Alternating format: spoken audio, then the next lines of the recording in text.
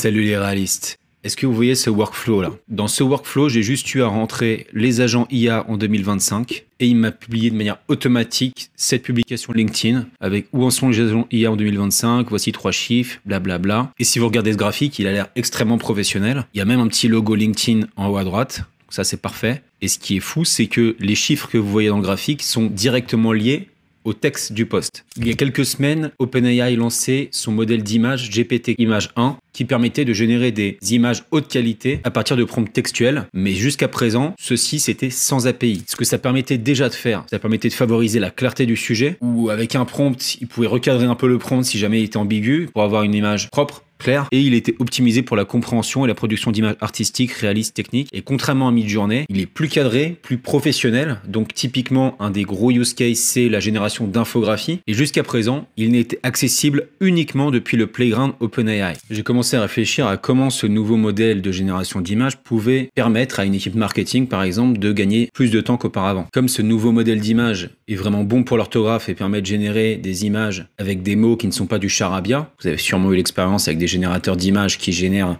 des lettres, mais ça ressemble à rien en termes de texte, ça ne veut rien dire. Ce modèle d'image, il est extrêmement puissant pour cette particularité spécifique. Et ça ouvre un champ de possibilités qui n'existait pas auparavant. Comme générer des infographies, générer des textes qui illustrent des posts avec, comme on a vu en introduction, des chiffres qui correspondent au post en question. À titre d'exemple, je vais simplement donner un prompt rapide avec comme texte génère une affiche rigolote avec en gros pour un monde automatisé et démocratisé, slogan présidentiel. Et on a quelque chose qui est plutôt propre. Les images vont bien ensemble, il y a une cohérence visuelle et le texte est propre. Il n'y a rien à dire sur le texte. Là où si vous donniez ça à Dali par exemple, là vous auriez eu du mal, beaucoup de mal. Et là où auparavant on devait absolument être dans la saisie ChatGPT pour pouvoir générer ces images, aujourd'hui on a accès à l'API pour pouvoir l'intégrer à des workflows comme celui qu'on va construire ensemble aujourd'hui. Voici notre workflow pour aujourd'hui les amis. L'idée c'est de faire une publication LinkedIn de manière quotidienne. Donc on a un scheduler. Un scheduler c'est quoi? C'est notre petit Ben ici, notre ami Ben, le bien connu et le bien aimable, qui va tous les jours déclencher notre workflow. Ce workflow, il va aller récupérer des informations à partir d'une base de données Airtable. Une fois ces informations reprises, notre agent IA, Monsieur Terminator, Schwarzy, il va venir, il va dire « Ok, c'est bien beau cette table, mais basé sur ces informations, je vais te générer, mon ami, un texte de post clé en main pour posting sur LinkedIn automatiquement. Et ça va générer un prompt image basé sur ce post. Et ensuite, on va avoir affaire à notre générateur d'images qui va utiliser justement le nouveau modèle GPT Image 1 qui va permettre de générer une image basée sur ce prompt. Une fois tout ça en place, on ira poster sur LinkedIn. Ce que j'ai pas mis ici, c'est qu'on ira mettre à jour aussi notre base Airtable basée sur ces informations. Comme d'habitude, petit café et on attaque tout de suite. On va se rendre sur N8N. N8N, en gros, c'est un workflow builder, permet de construire des workflows et d'automatiser des processus d'entreprise, des processus de vente, des processus X, Y, Z. Ça juxtapose des actions. Ça permet d'utiliser aussi des fonctionnalités d'agent d'IA, etc. Comme on va voir tout de suite. Comme vous avez compris, tout change grâce à cette nouvelle fonctionnalité qui vient de sortir. Et voici comment vous allez pouvoir en profiter. L'automatisation que je vais vous montrer maintenant, ça va vous permettre de transformer une idée en une publication LinkedIn entièrement documentée avec un graphique. On va passer en revue la configuration de la requête HTTP vers le modèle de génération d'images OpenAI. Et comme d'habitude, vous allez pouvoir récupérer ce modèle complet et l'utiliser pour publier sur LinkedIn, ou vous pouvez aussi simplement l'utiliser comme base pour voir comment utiliser la génération d'images pour vous faire gagner des heures en processus marketing. Pour récupérer cette automatisation, c'est simple. Vous ouvrez un nouveau workflow, vous cliquez sur les 3 petits points en haut à droite, vous faites importer depuis un fichier, import from file, et vous allez tout simplement aller récupérer le fichier JSON. Vous aurez le workflow complet, just like that, my friends. Donc, comme je vous disais, si vous pouvez maintenant publier ces posts en 1 minute seulement au lieu de 20 minutes, vous pouvez commencer à en publier de plus en plus tout au long de la journée et forcément économiser des heures chaque semaine. Donc, c'est un avantage forcément énorme pour un département marketing, par exemple. Et le plus intéressant, je trouve, dans ce workflow, c'est surtout que chaque publication est unique et authentique. Autrement dit, le graphique, c'est le graphique que vous allez créer. Il n'y a pas 2 graphiques identiques sur Terre. Chaque graphique que vous créez, c'est le vôtre il est à vous. Et l'impact visuel est forcément plus important car il est directement corrélé à votre texte. Si je vous présente le workflow ici, donc on commence par un scheduler, un schedule trigger qui va tous les jours déclencher le workflow. Donc tous les jours, une fois que vous avez ce workflow actif, le workflow va être déclenché une fois par jour. Une fois qu'il est déclenché, il va aller récupérer des enregistrements depuis une table Airtable que voici. Donc vous voyez ici que vous pouvez avoir vos sujets avec l'audience cible, le statut à publier ou non et la date de publication. Et en fait, ce qui va être très puissant ici, c'est que à partir du sujet et de l'audience cible, notre cerveau agent IA va aller chercher sur Internet grâce à l'outil Perplexity toutes les informations qui se rapportent à ce sujet en question. Et avant même d'être transmis à l'agent, dans Airtable, on récupérera simplement les enregistrements qui correspondent aux deux conditions suivantes. 1. Le statut doit être à publier et la date de publication doit être égale à la date du jour. C'est-à-dire que comme le scheduler va tourner tous les jours, si vous avez 1000 lignes dans votre table Airtable, il faudra que les deux conditions soient réunies. Il faut que le statut soit publié avec la date du jour. Il va falloir derrière mettre à jour à publier ici. L'agent IA va utiliser GPT 4.1 et utiliser Perplexity. En gros, ça va utiliser Perplexity pour faire la recherche sur Internet.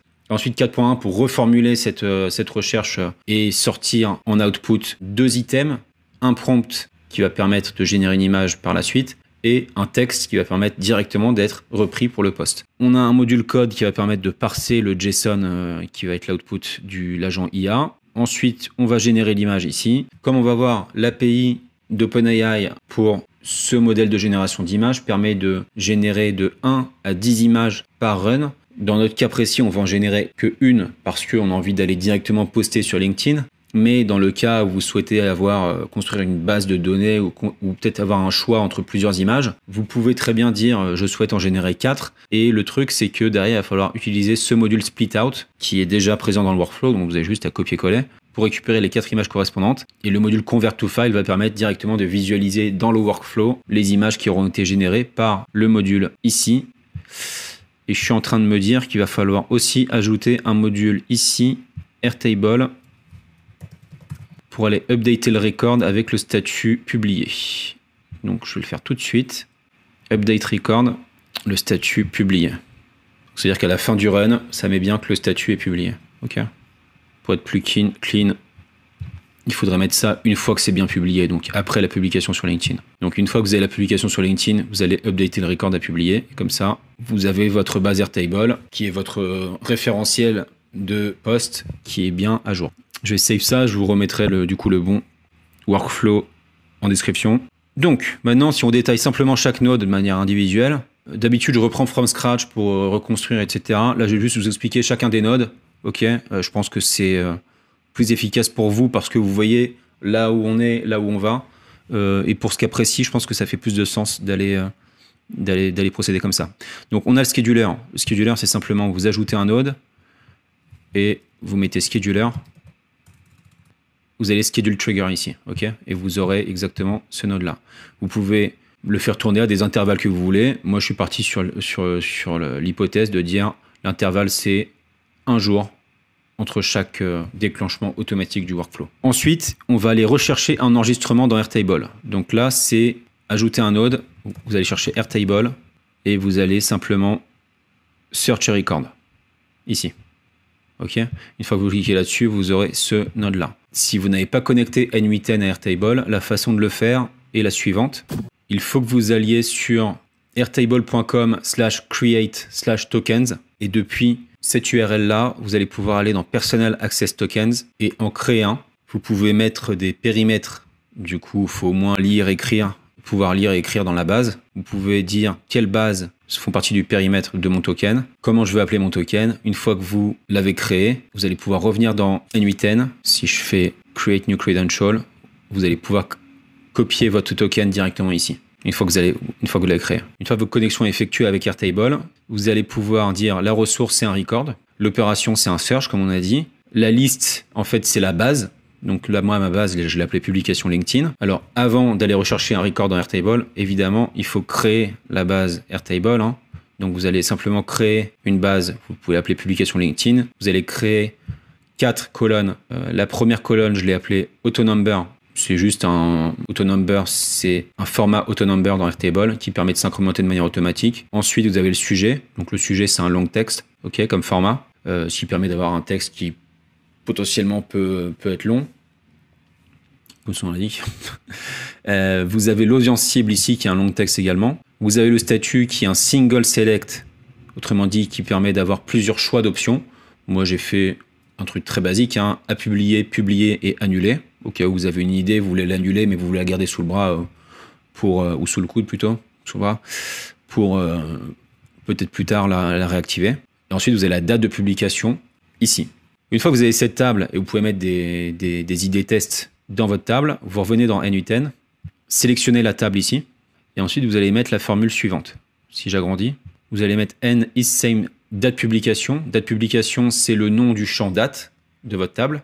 Ok, ça doit être exactement le même que le champ date. Today day et statut à publier. Autrement dit, ce que ça veut dire, c'est on veut que la date de publication de votre table, ça soit égal à la date du jour. Première condition. Et, donc le N ici, que le statut, donc la colonne statut dans votre table, soit égal à publier. Une fois qu'on a ces deux conditions réunies, Search Record va reprendre tous les enregistrements qui correspondent à ces deux conditions pour pouvoir les passer à la suite du workflow. Une fois que vous avez paramétré comme ça, vous pouvez sortir et vous pouvez ajouter un agent IA. Pour ajouter un agent IA, vous faites ajouter un node AI Agent et vous cliquez ici. Ok, vous allez arriver là-dedans. Donc votre agent IA, ce sera un Tools Agent. La source du prompt, c'est Define Below.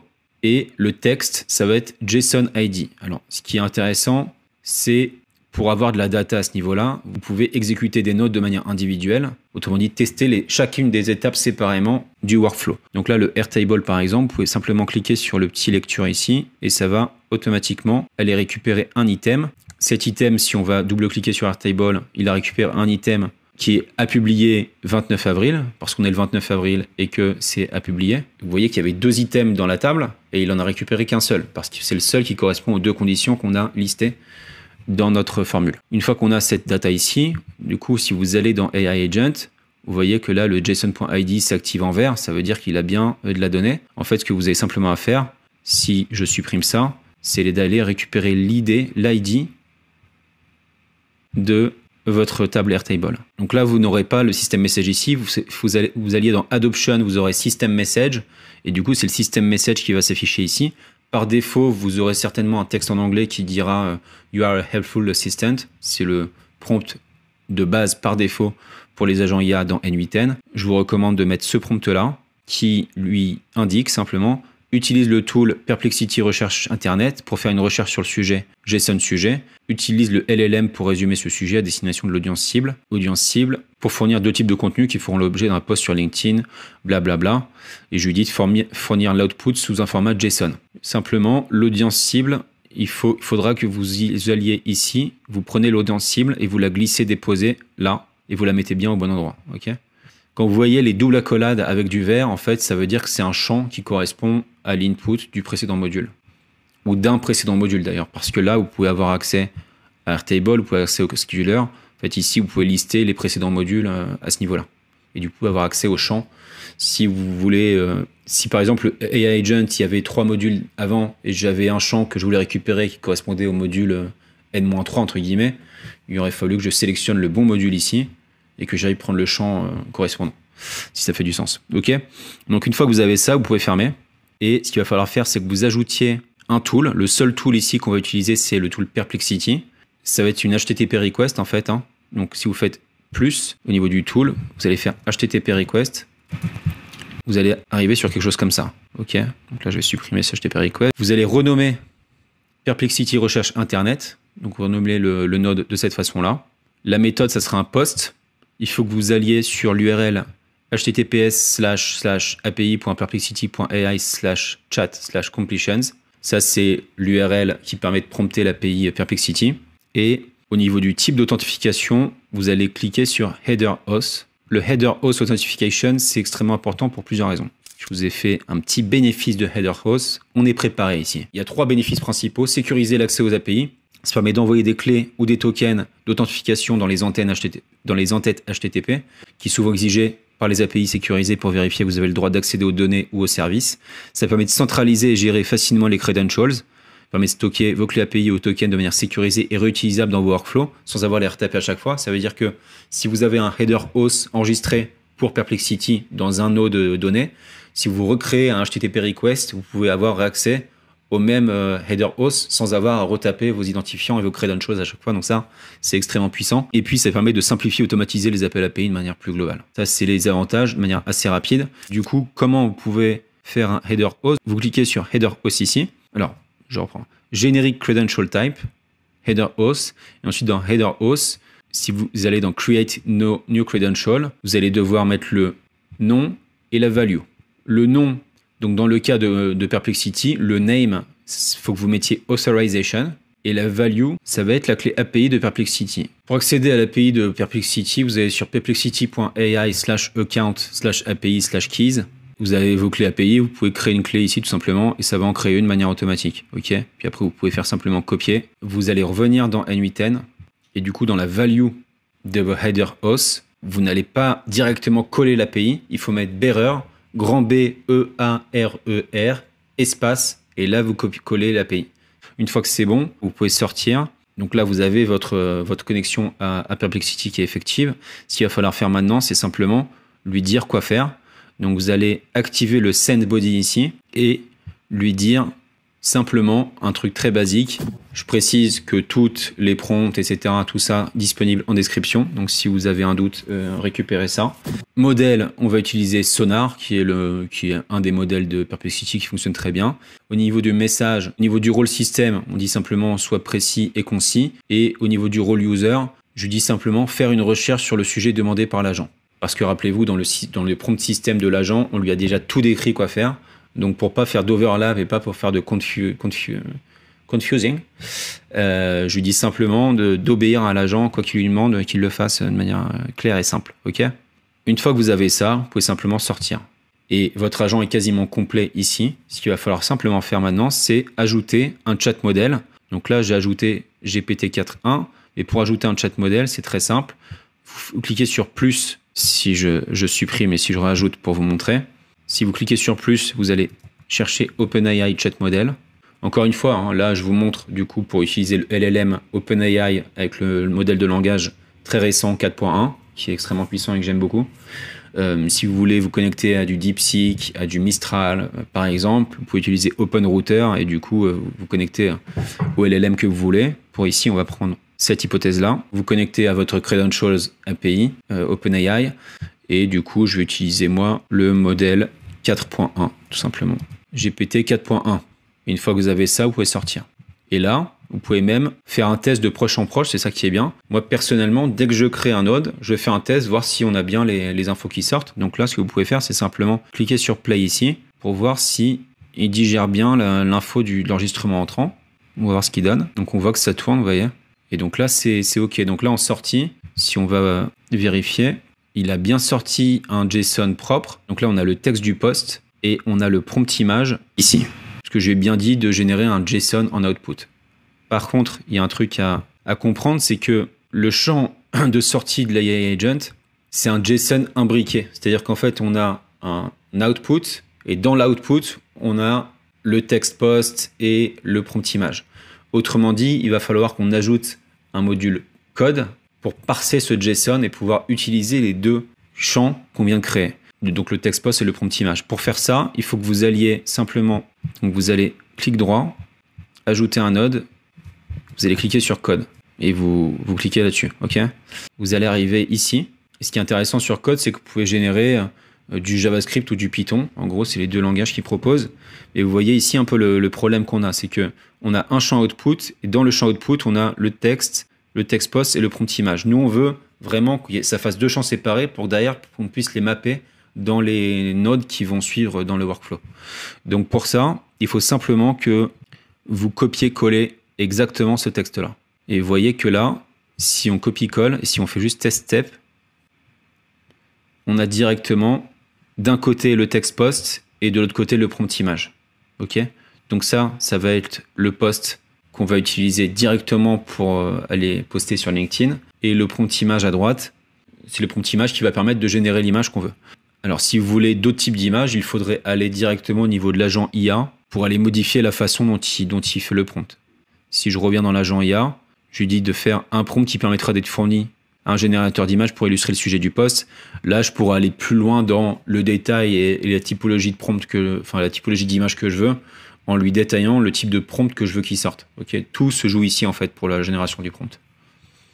Mais bon, là on est sur une démo, donc je vous montre simplement comment s'articulent les différents éléments. Une fois que vous avez du coup le générateur d'images, une fois que vous avez le code, pardon, vous allez ajouter justement une HTTP request, et c'est là où on va faire appel directement à notre générateur d'images OpenAI 4.1. Vous allez faire clic droit, Add Nodes, HTTP request, ok. Vous cliquez sur HTTP request. C'est un appel API basique, hein. Ça, il faut vraiment que vous commenciez à maîtriser tout ce qui est appel API. C'est extrêmement puissant, extrêmement important, surtout. Donc là, en fait, vous pouvez renommer le node en générer image. Là, vous aurez HTTP request, vous pouvez renommer ça comme ça. Au niveau des modalités, pour tout ce qui est appel API pour ce modèle de génération d'image, il faut que vous fassiez un post et que vous alliez sur le endpoint suivant. Donc c'est https://api.openai.com/v1/images/generations. Ça, c'est le endpoint. C'est le point de terminaison, pardon, en français, qui sera appelé. Ensuite, au niveau de l'authentification, vous pouvez dire predefined credential type, sélectionnez OpenAI, et dans OpenAI, normalement, vous aurez accès à vos différentes connexions OpenAI. Moi, j'ai ma connexion OpenAI N8N ici. Et là, vous allez pouvoir lui indiquer les différents éléments à transmettre. Ça, c'est les différents éléments qui sont importants de respecter, qui sont mandatory, en fait, qui sont obligatoires quand vous promptez cette API-là. Donc, il faut que vous actionnez sendBody, que vous mettiez que le body content type ce soit un JSON. Vous mettez using field below, donc utilisez les champs après. Le name, c'est prompt, donc respectez la casse et tout, hein, il ne faut pas qu'il y ait d'espace ni rien. Donc, c'est PROMPT. Prompt, la value du prompt image, vous allez simplement glisser, je peux le supprimer ici pour vous montrer. La value, c'est bien le prompt image du précédent module, donc là vous glissez, boum. Vous avez un autre champ qui doit s'appeler modèle, M-O-D-E-L exactement, pareil, respectez la casse, respectez tout ça. Où là, c'est GPT-image-1, ça c'est le modèle qu'on utilise, ok. Le name, ensuite un autre champ du body qui s'appelle N, où là, le N, c'est justement ce qu'on commence à évoquer tout à l'heure, qui est le nombre d'images que vous voulez générer. Autrement dit, vous pouvez générer de 1 à 10 images par run. Dans notre cas, j'ai décidé d'en générer qu'une seule, mais vous pouvez en générer plusieurs. Et c'est important de mettre la value entre deux accolades. Sinon, il va partir du principe que c'est un string. Donc, un string, c'est une chaîne de caractères, pardon. Donc, pour bien mentionner que c'est un integer, en anglais, donc il y a un chiffre. D'un point de vue format de données, c'est important de le mettre entre accolades ici. Et le dernier champ à renseigner, c'est size. Et la size ici, c'est un format carré 1024 x 1024. En fait, vous mettez 1024 x 1024 exactement. Une fois que vous avez tous ces éléments renseignés, on va pouvoir faire un test. On va voir ce qu'on va avoir en output. Et ce que vous voyez, en fait, c'est que l'image... Donc là, vous pouvez show data. Juste, vous allez voir que vous allez avoir un data massif qui est en fait un format d'une chaîne de caractères en base 64. Donc là, vous voyez que tout ça, c'est une image en fait. Et vous avez aussi le nombre de tokens utilisés. Donc pour information, en termes de prix d'ailleurs, je vais reprendre le pricing. Vous voyez qu'au niveau du GPT image 1, on est sur du 5$. Ça, c'est par million de tokens.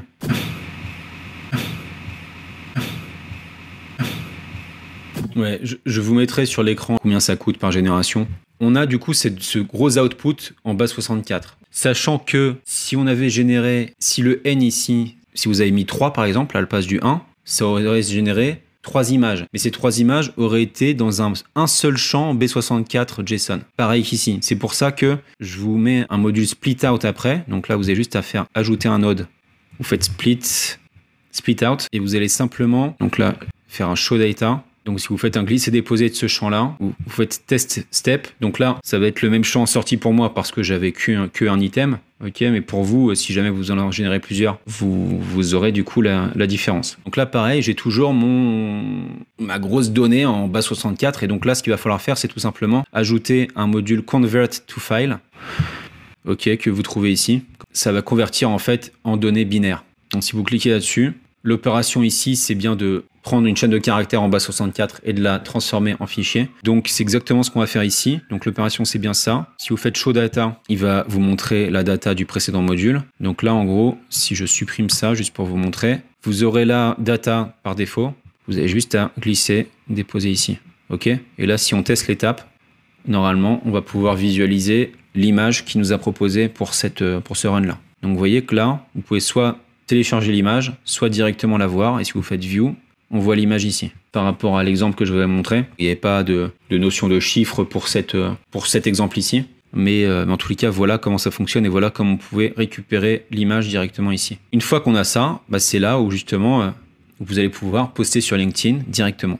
Donc là, pour faire ça, vous allez simplement ajouter un module LinkedIn. Donc vous faites clic droit, Add Node, et vous faites LinkedIn. Vous cliquez sur LinkedIn ici, Create a Post. Donc là, c'est exactement ce module ici. Et donc là, vous vous connectez à votre compte LinkedIn, créez un post. Donc créez un post as a person ou as a company. Moi, je fais as a person. Le texte, du coup, il va falloir que vous alliez, si je supprime, vous allez prendre le texte directement depuis quoi? Depuis l'output de l'agent IA. C'est l'agent IA qui avait sorti le prompt. Non, pardon. L'output de code. L'output de code parce que c'est là où on a bien la séparation. Donc vous allez prendre text post, glisser, déposer ici. OK? Et là, vous voyez, vous avez les agents IA 2025. Donc on aura exactement ce post-là. Et ensuite, dans Media Category, vous pouvez soit choisir de faire non, soit un article, soit une image. Nous, on va prendre une image ici. Il dit bien d'input le binary field. Donc le binary field, c'est exactement l'output de convert to file en fait. Et donc vous voyez au niveau de l'image, c'est le nom du champ binaire en fait que vous souhaitez récupérer ici. Et ce qu'on a fait dans la précédente étape, on a converti une string base 64 en champ binaire qui est exploitable. Donc on a pu le visualiser dans le précédent module. Dans input binary field, vous mettez simplement le nom du précédent champ. Autrement dit, vous mettez data tout simplement. OK? Là pour ce cas ici, pour cette démo, je vais pas publier une nouvelle fois sur LinkedIn car je l'ai fait juste avant. Donc là, je vais simplement supprimer ce node-là. Il faudrait tester l'étape ici. Je vais du coup supprimer ce node juste pour vous montrer le dernier node. Donc là, en fait, une fois que vous avez converti votre base64 string to file, etc., et que vous avez publié, la dernière chose qu'il faudra faire, c'est d'aller updater le statut à publier dans Airtable en publié, de sorte que voilà, ça soit clean. Vous pouvez bien sûr aller ajouter d'autres informations si vous voulez. Vous pouvez même, si vous le souhaitez, récupérer le texte du post et aller le mettre dans votre base Airtable si vous le souhaitez. Du coup, vous allez faire clic droit, ajouter un node, cliquez sur Airtable. Airtable, vous allez update record ici. Donc vous mettez update, from list, donc là vous prenez la bonne base, moi c'est publication LinkedIn, la bonne table, mettez map each column manually, ça veut dire que vous allez mapper de manière manuelle, vous dites bien de mapper basé sur le champ ID qui correspond au record ID qui identifie de manière unique une ligne dans Airtable, et dans ID using to match, vous allez récupérer du coup dans le node Airtable le bon ID correspondant, et vous allez mettre le statut du coup à publier ici. On va tester l'étape. Du coup, si je retourne dans ma base Airtable, on voit que là, ça vient d'être updaté à publier.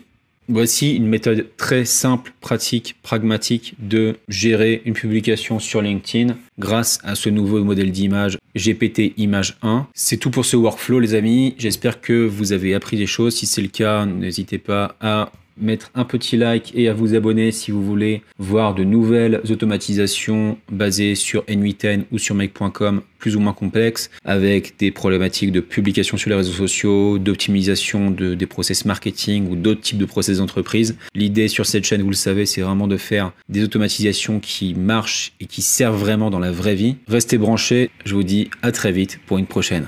Ciao les amis.